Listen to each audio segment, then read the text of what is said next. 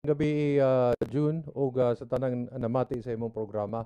Ug daghang salamat kayo. Dako kayo kog pagyukbo sa kuan Bombo Radio ug siyempre sa imong programa.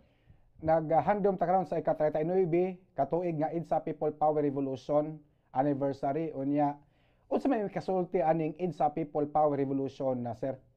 Kuan lang, naminaw ko sa nagmonitor ko sa lain-laing mga radio station. Napagani usa ka buok nga naminaw ko usa ka abogado nga murag nisipyat siya kay ang iyang giingon dinatay EDSA 1, ang EDSA 2 kuno motong kang irap nga nakalimot siya, ang EDSA 2 kuanto motong nahimong presidente si GMA paghuman ang EDSA 3 nga gihead ni Ronald Lumbao was the EDSA 3. So pasabutan na ko imo na sumahon hapit tulo na kabuk EDSA ang nahitabo sa atong kasaysayan. Pero kung imong tan-awon gyud sumahon ng EDSA, kadaghanan sa akong mga gimonitor, mga politiko sa Manila hasta karon, ang ilang mga panulti walang gyapon nag-usab. Murag gusto nila ihatag ang tanang aligot-got problema sa republika sa EDSA kay pirmi nilang pangutan-on. May nagbago ba? Mo man madungdang ko sa Manila. Wa may nausab, pareho ra man gihapon. Mo na ilang gustong ipagawas. Pero kalimot sila nga kaning EDSA People Power Revolution sama rin sa muna gitawag og deklarasyon sa atong republika ug sa atong revolusyon. In 1896 kay numdum mo tinhatay revolusyon para sa atong kagawasan kontra sa mga Katsila. And then 1897, 1898 gitukod nato ang republika sa Pilipinas. Wala gyud nato gilabay tanang mga aligot-got problema nato anang republikahan na nga mangutana tag, uy, nagbago na bang Pilipinas sukad nga nagrevolusyon ta? Wala. It is one brief shining moment in our history. Maura na siya. That's all. Ayaw ninyo lawgawa, butangin ninyo nga, uy, wa man na usab ni, wa man na usab na.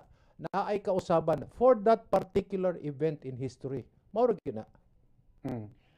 Atol sa EDSA People Power Revolution, diin man ka atong time master.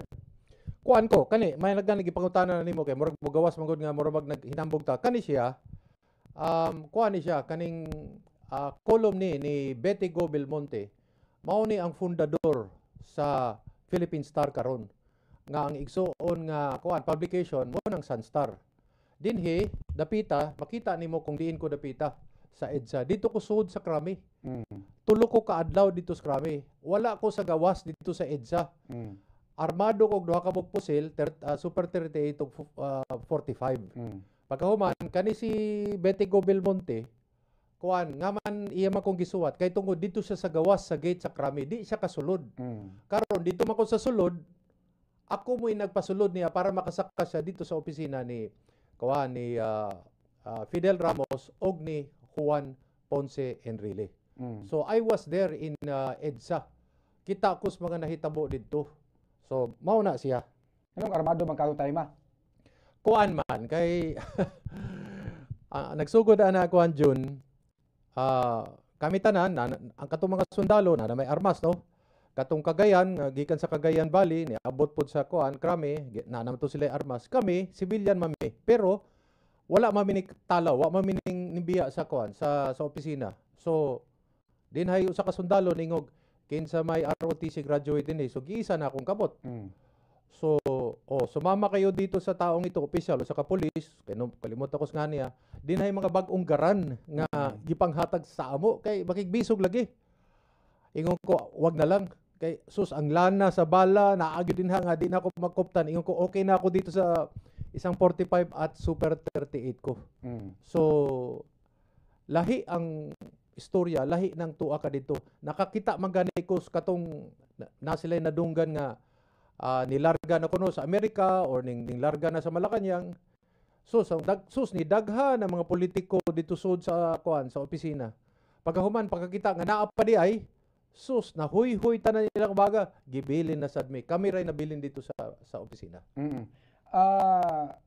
Kanani ang panahon sa People Power Revolution unsa may sugnod nga ni siga ang kalagot sa mga tao atong time ma sir?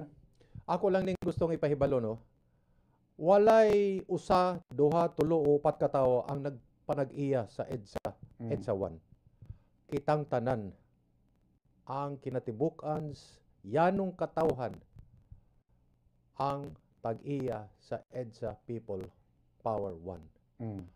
Pero kanang mga tawhana, importante sad na sila sa atong kasaysayan kay maunay mga nagduslit sa pila ka tuig nga pakigbisog pagkahuman niabot na sa punto nga niulbo na ang munggos sa ato pang pulong, niulbo na ang munggos sa mga kuano, sa mga Pilipino na nangitag kagawasan, freedom, democracy ana. So una sa tanan, ang wala na bantayan sa kadaghanan, importante kayo ang papel ni Salvador Doy Laurel. Kaya siya mo'y nagmugna sa United Nationalist Democratic Organization.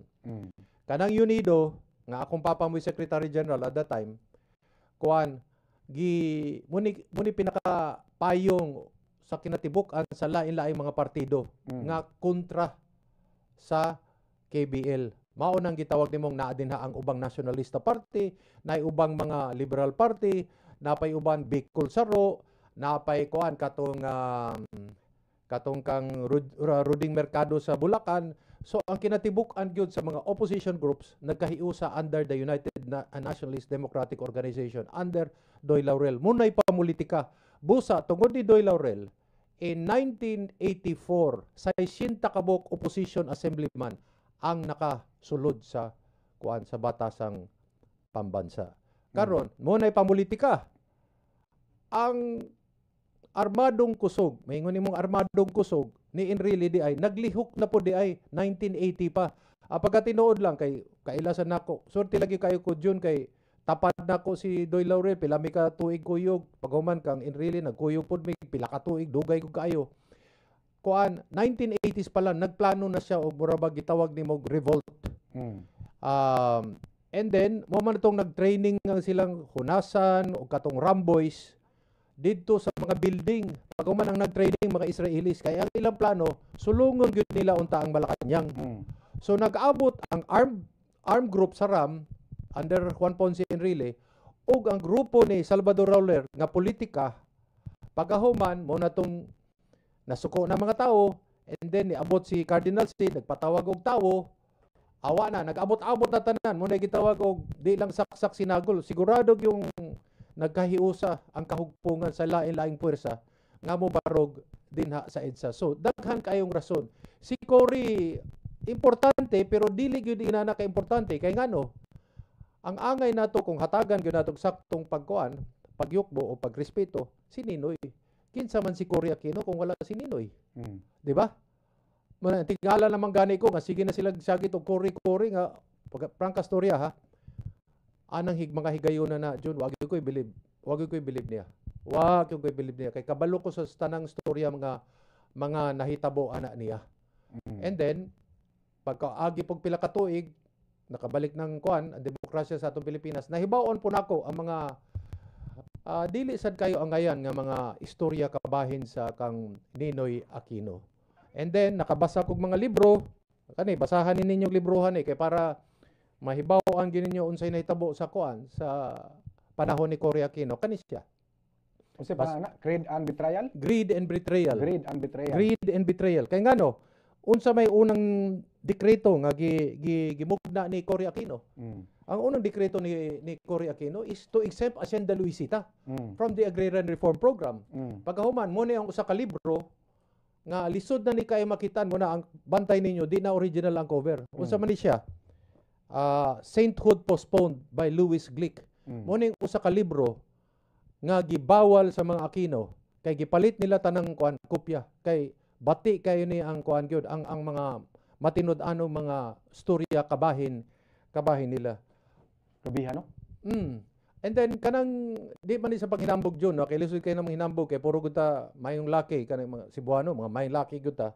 Mangutana ta di man nagsugod ng Yellow Movement. Di na nagsugod ay. Ako ni karon ipakita ninyo kay para di mo matingala.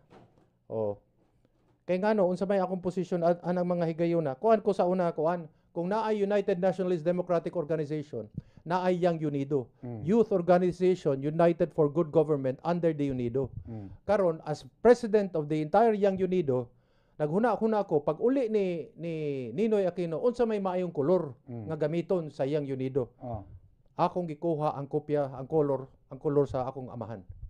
Basahan na unsay gibutang. Unsay gibutang? Oh. Rene Espina for governor. Unsay color? Yellow and red. Walay makakuha na. Wala gyud makakuha na. Ikaduha. Oh, ang t-shirt oh. Usa man ning t-shirt oh. Karaan na kaya na, pinala katuig. Karaan ni kayo.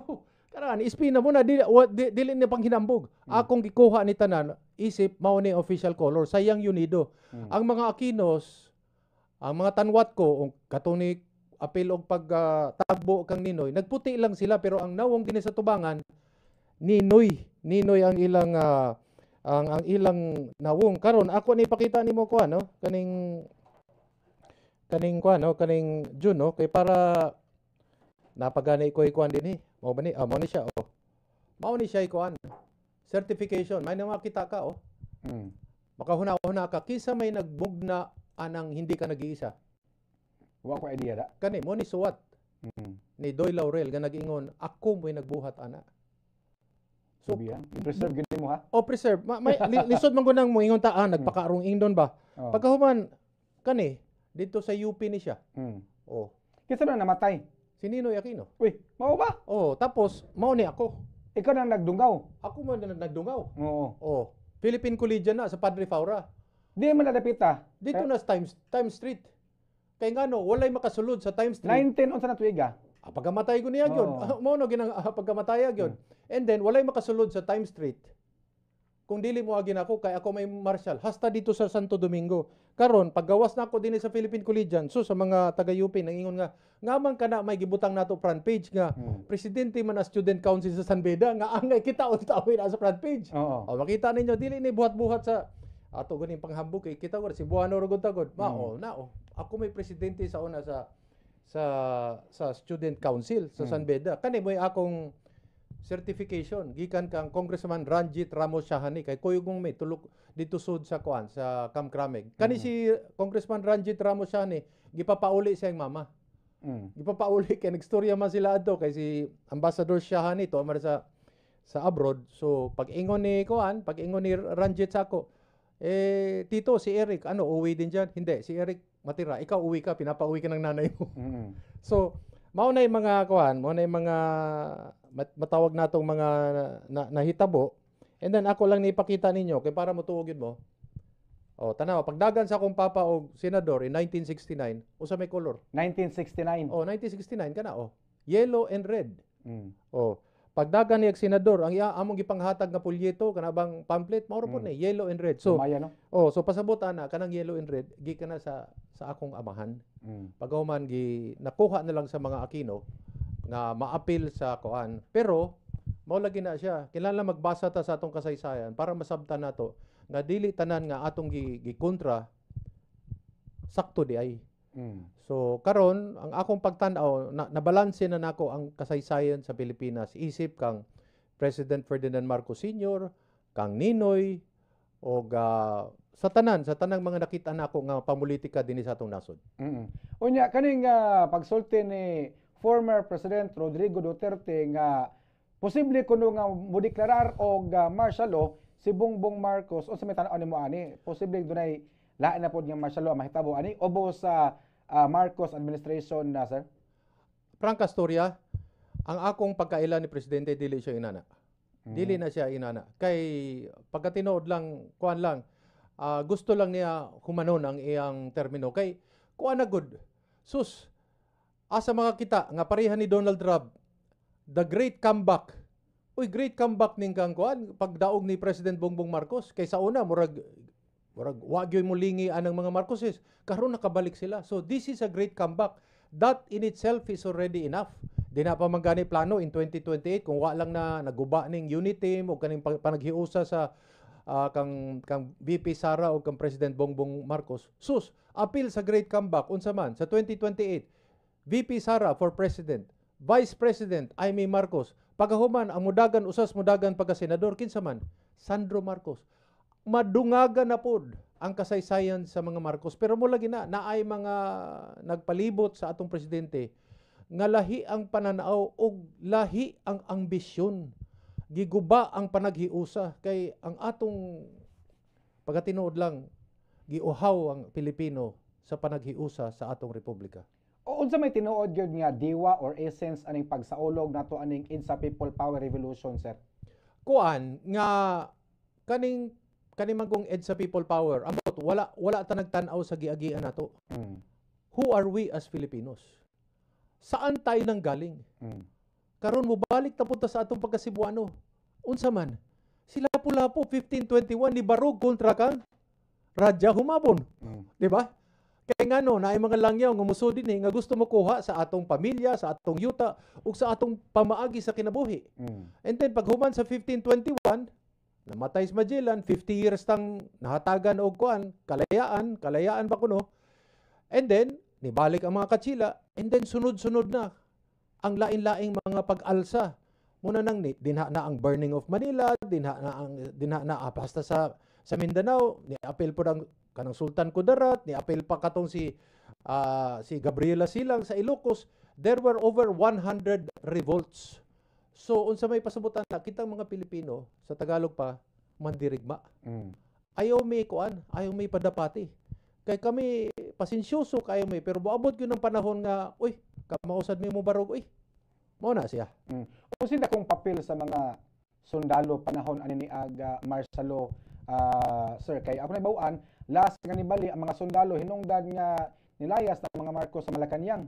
Na ay gitawag og Reform the Armed Forces Movement nga hilom nga naglihok kay para mailisdan ang pamaagi sa atong gobyerno.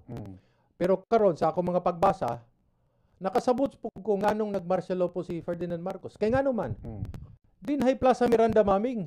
7 kabuk senador unta sa Liberal Party hut doon. Kisa may muhurot. Kisa may naglabay sa Granada, basahan na lang na ninyo na anak kang Salonga o kang Senator Eva Estrada Calao. Kisa may kuan nangulo ana. Si kuan Joma Sison, ang CPP-NPA. Kay istorya na ko si Victor Corpo, sigon siya nga ang plano kasi ni Joma Sison, the great leap forward for revolution para mapadali ang revolusyon sa Pilipinas. Karon nahibawan po nako based on the tanawan, basahan na lang libro ninyo ni Senator Eva Estrada Calao o Senator Jovi Salonga nga si Ninoy Aquino kabalo nga naay Granada ang ilabay. Pagkahuman wala niya sulti ang iyang mga kauban kay gusto siya nga mahurot ng tanang kontra nga presidential sa Liberal Party para siya mo'y mubarog nga isip mao'y presidential candidate in 1969. Pero kaning pagpatuman og martial law, batas militar, na ba ni advantage o dapoy disadvantage, sir? Actually, it is a constitutional power to protect the state. There is nothing illegal about what the declaration per se of martial law. Unsa may basihan? You had an NPA problem. One. Number two, you have katong gubot sa Mindanao. Karon kisa may nagsuporta sa gubot sa Mindanao. Libya, Saudi Arabia. Kisa nagsuporta sa communist movement ni Joma Sison. Hinumdum mo katong MV Karagatan. It was the People's Republic of China. Kung ikaw presidente, matay dinhis wala mga komunista nga gisuportahan sa People's Republic of China. Dinhis tuo ang secessionist movement sa Mindanao, supported by Malaysia, Saudi Arabia, Libya, mga terorista. Unsa may akong buhaton? I have no other choice than to declare martial law. Mato pa nga ang mga tao na ito panahon nagyo disiplina kay gi-martial law man, pero ang mga tao kay gusto kong gagawasan mo nang nag-alsa. Ni abuso man gud. Namag yun ay kuan kanag yung martial law dili na angay nga kuan pila ka tuig na siya. Dili gyud na angayan. Ang pinaka-importante sa martial law is katong mga violenting mga sektor sa atong kuan, atong katilingban, imong tangtangon pagkahuman imong ibalik sa civil society, sa actual governance. Pero mo lagi na ang plano nga pagtangtang sa mga rebelde, mga terorista na dungagan og unsa man pag-usob sa atong katilingban. Muna tong nabanhaw ang new society, bagong lipunan. Mauna siya because si President Marcos wala lang naghuna-una nga tangtangon nato ni mga samukan sa atong katilingban, kundili usbo nato ang panghuna-huna, ang diwa muna ni gawas ganitong isang bansa, isang diwa. Mo matong nga kuan para umunlad ang lipunan, disiplina ang kailangan. So mura nagnahimo na siyang ideolohiya. Muna ni dugay na ni karon. Muna ang mga tao ningon nga uy, nilapas na magpila ka tuig ng iyang pagpadagan sa atong gobyerno. Di na ni mao. Sige. Isip paghandom nato sa ika-39 katuig no nga kasamaran sa INSA People Power Revolution, ulag party message sir sa mga naminaw karon. Kuan kaning kinahanglan gyud nga atong basahon ang atong kasaysayan. Sa wala, sa tuo, sa tunga, sa tubangan ug sa likod para kita makamugna og saktong panghuna-huna o pagbuhat og saktong mga desisyon. Dili dayon ta magpadala kay makita tang kaning kulura, duyog dayon ta o kani siya apil dayon ta ana dili. Sabton sa nato kay ngano maura man ni atong kaugalingon nga moy atong gitaya din na moy atong gikuan gisugal. So basahon nato para ang atong mga pamulong munay gitawag og naas kamatuoran para sa atong tanan, para sa atong pinanggang nasod. Okay. Sige, salamat kay sa mga oras.